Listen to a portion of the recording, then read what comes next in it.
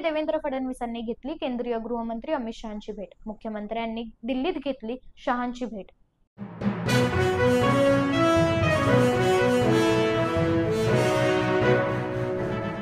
महाराष्ट्रात 800 कोटींचा रुग्णवाहिका घोटाळा, संजय राऊतांचा आरोप।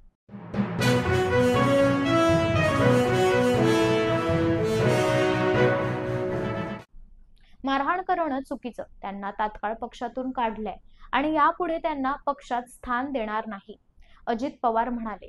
विजय घाडगे यांचा दावा।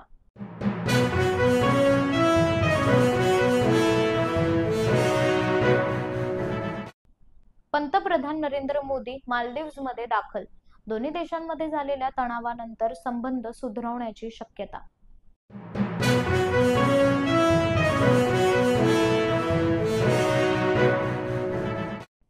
न्यायाधीश पदावरून निवृत्त झाल्यानंतर कोणतेही शासकीय पद स्वीकारणार नाही, भूषण गवई यांचं मोठं विधान।